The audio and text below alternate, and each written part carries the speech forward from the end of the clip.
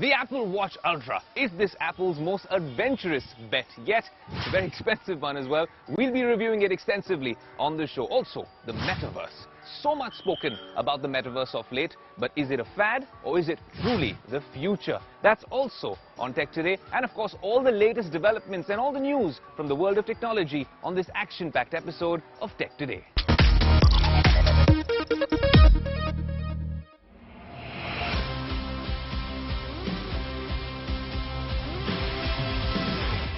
Well, if we're not in the studio and we're in India, not traveling out of the country, and we're outdoors, what does that mean? That means we have a very, very special device on the show that we want to tell you all about. The Apple Watch Ultra. Apple's most adventurous watch yet and most expensive. Nearly the cost of an iPhone 14, even more if you consider the prices in India. Is it a true bang for your buck? Well, let's find out on Tech Today.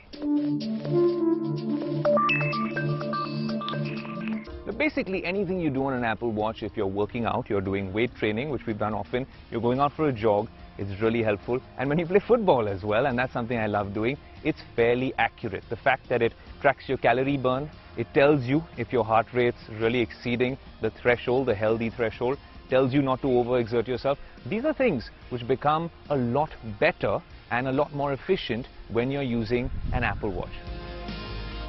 You know what, we also tested the watch in the rugged outdoors, but we also played a lot of football with the watch, and honestly it's been so accurate.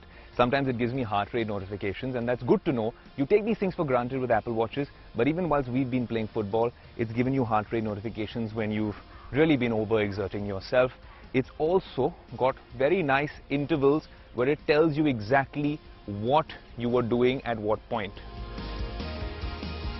So of course you can take this hiking, you can take this for your normal workouts. It does everything just like the Apple Watch Series 8. You can check out that review on the Business Today social media handles. But then, if you want to take this underwater, well then we did. The minute you get into the pool, or any water body for that matter, the watch's sensors come on. The depth sensor telling you how many feet or meters you're already in the water, and what's the temperature like. That is fascinating that it's finally there on a wearable, not just your wrist temperature. With this also, well, has some way of determining. You've got to wear it for 5 days, and then obviously it gives you a mean temperature with which it shows you deviations, but that's there on the Apple Watch Series 8 as well. When you take this underwater into a pool or into the sea, when you're going diving, those two sensors, along with their new Oceanic app, Apple's claim, and this is something we're going to test very soon, is that this can be a dive computer on your wrist. Remember, a dive computer costs anywhere between $400 to $800.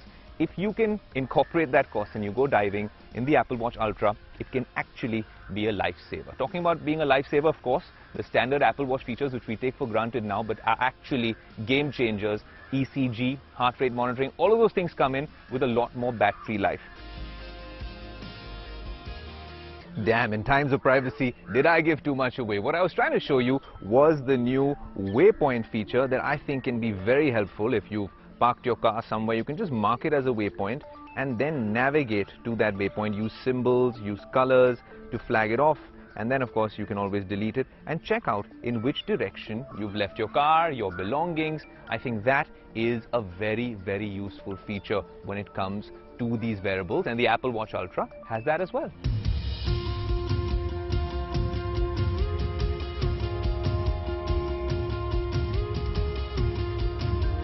There are nifty watch faces as well, like this Wayfinder watch face. If you're lost somewhere and you just turn the watch around, the entire dial moves around, which makes it really cool. In terms of design, look, when we were in Europe as well, wherever we went on that Tech Today shoot, this became an instant conversation starter, along with the fact that, well, we do a show called Tech Today, which a lot of y'all seem to love and watch. And if you do love and watch the show, then do write into us in the comment section below or on our social media handles. So all the reviews you must have watched on the Ultra will have you believe that it's very expensive. And yes, it is. At 90,000 rupees, it's the cost of an iPhone 14. But it's meant for a certain audience.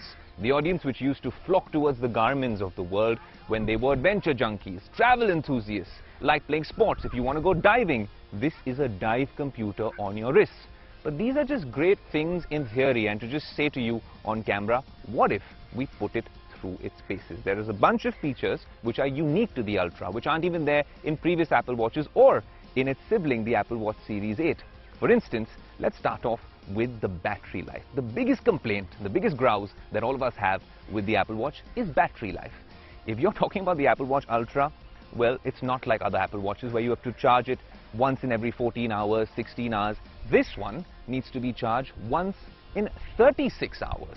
So that is a huge bump up from the previous Apple Watch. If you put it on low power mode, you can even get double that sort of juice on the Apple Watch Ultra. So battery life is not as good now as the Garmin's and many Fitbits, but still a lot better in the Apple world. So what do you need all that battery for? Well, it's clear. We need it because we want to go swimming with it, we want to go diving with it, and that's exactly what we did. We took this into the pool. Of course, the Oceanic app is still to come, but the straps we've been using, which are the Alpine Orange strap, and of course, this particular one as well, the Oceanic strap, very, very comfortable to use, but sometimes it takes some getting used to. With this one especially, they have a nice little hook over here, which is actually a safety mechanism if you're going diving. But the way they've built this, and that's what Apple says, this is meant for diving. If you don't want this to get stuck to your suit, you don't want, well, water to seep through, this is that sort of a rubbery straw design. But honestly, this is a sort of watch which does grow on you. It's 49 mm, much bigger than the Apple Watch Series 8. It's way more comfortable than wearing any other brand's watches, because the Samsung Galaxy Watch 5 Pro, which was meant to be for the rugged outdoors, is circular. It looks nice, but the thing with it is that the strap has this weird clamp sort of mechanism. It feels like you're wearing a bracelet on your hand, and that's not ideal.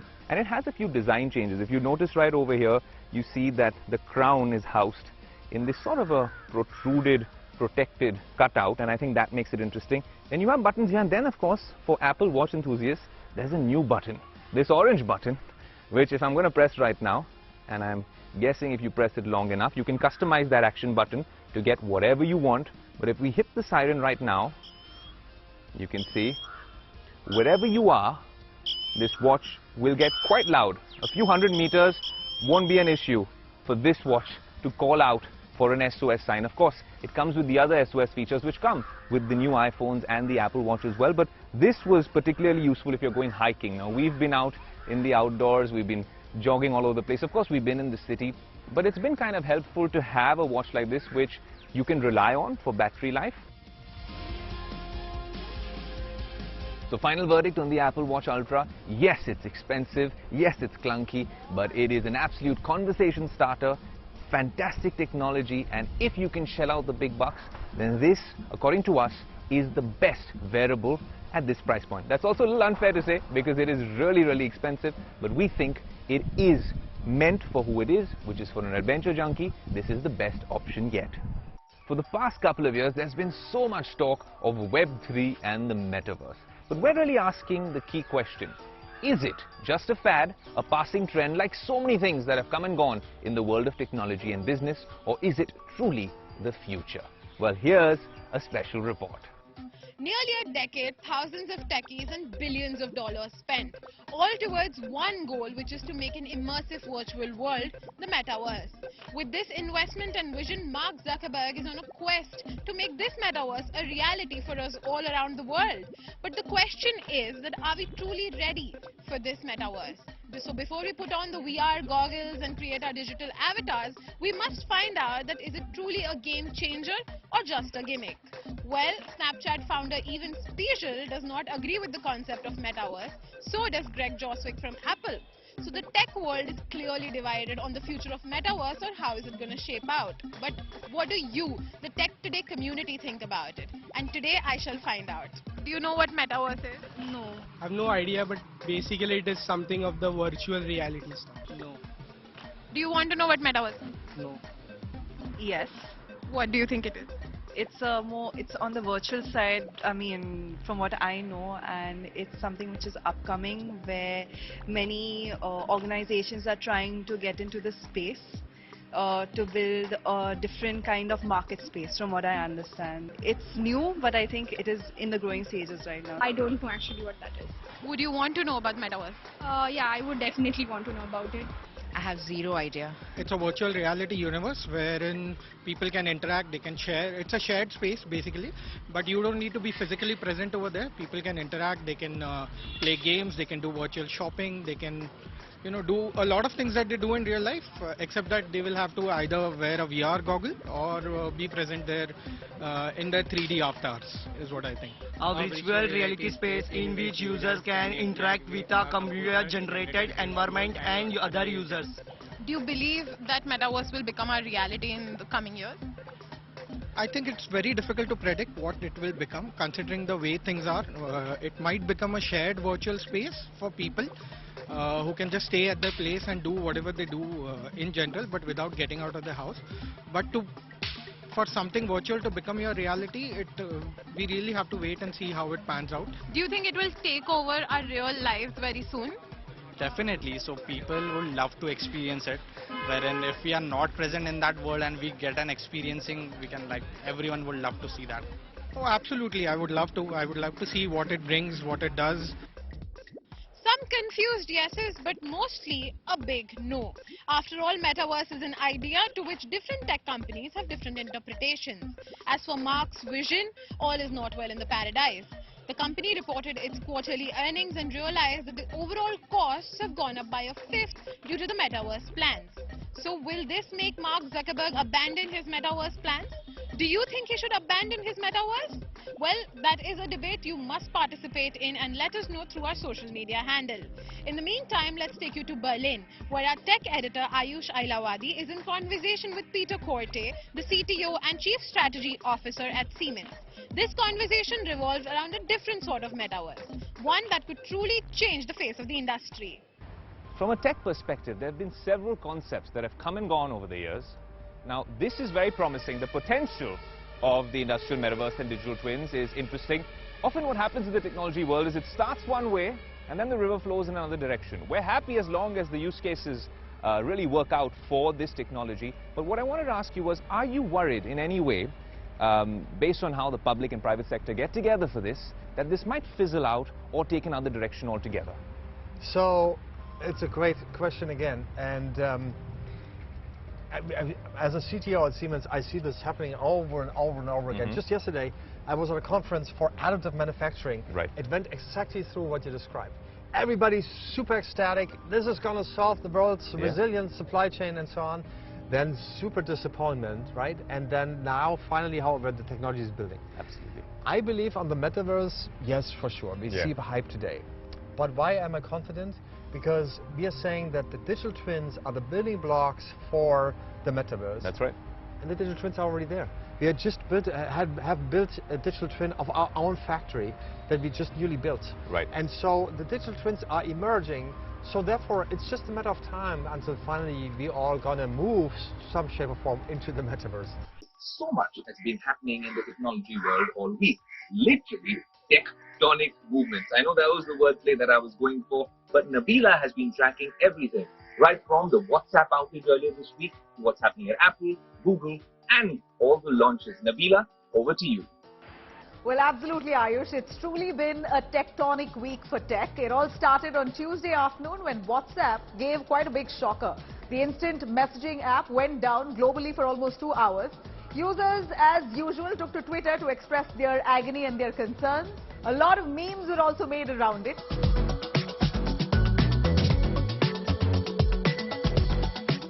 Well, Meta, the parent company of WhatsApp, on the other hand, said that the outage was a result of a technical error. Meanwhile, the IT ministry here in India has asked Meta if the outage was due to an internal glitch or a cyber attack. Speaking of the Ministry of Electronics and IT, it was Minister of State of IT, Rajiv Chandrasekhar, who asked Apple the real reason behind shortage of new iPhone 14 Pro models in India. In fact, the iPhone 14 series was the biggest and the most anticipated launch this year, and a crunch so soon after the launch hasn't really gone down well with people. So responding to a Twitter user, Rajiv Chandrasekhar has said that he has spoken with Apple and that the company has said the demand for iPhone 14 Pro has surged while they're going through a supply constraint, but will soon be able to resolve it. Google, the US-based big tech, faced yet another blow this week when the CCI, the Competition Commission of India, charged a fine of a whopping 932 crore rupees less than a week after it charged the company with a whopping 1,338 crores. Now, the latest fine comes for Google's anti-competitive policies on its Play Store, whereas the previous one was for the company abusing its dominance in multiple markets with its Android mobile operating system. Well, clearly, it was not Google's week, as it also reported a weak set of earnings, missing street expectations in the face of an economic slowdown. Talking about earnings, another one to take it on the chin was Facebook's parent company, Meta. The company saw a rise in its overall costs by a fifth in the third quarter, and that was due to the experimental Metaverse. Well, this was estimated by analysts and investors, and so one of Meta's shareholders, Altimeter Capital, wrote an open letter to Mark Zuckerberg asking to streamline costs and even cut jobs. And lastly, the biggest and the most blockbuster deal of the year, or rather the decade, has finally gone through. Tesla CEO Elon Musk now officially owns Twitter.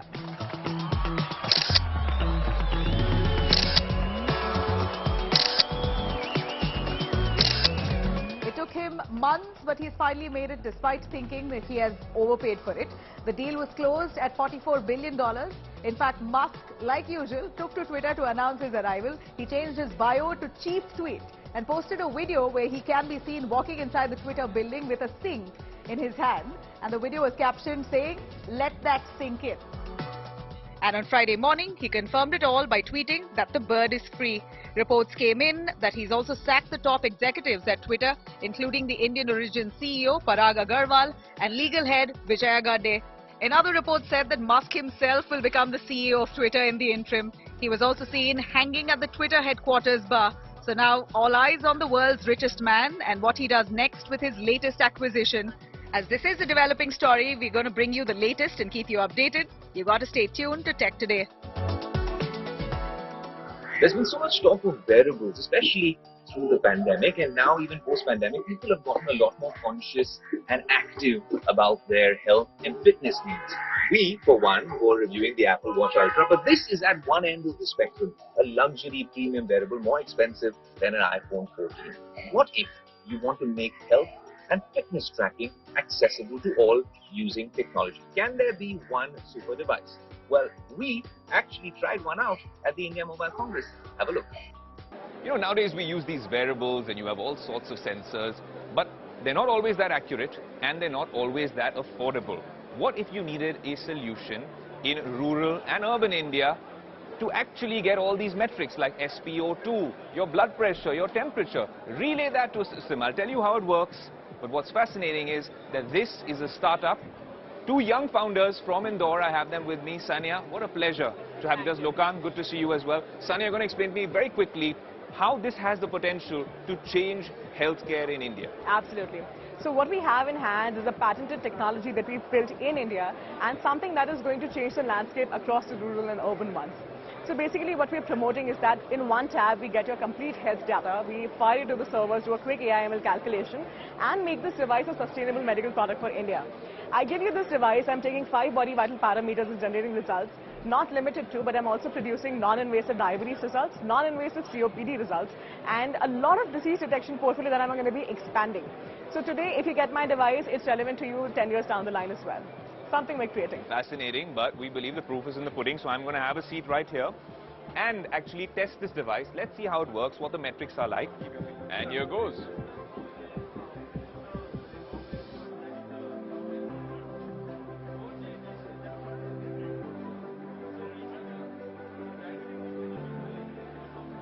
Well, there you go.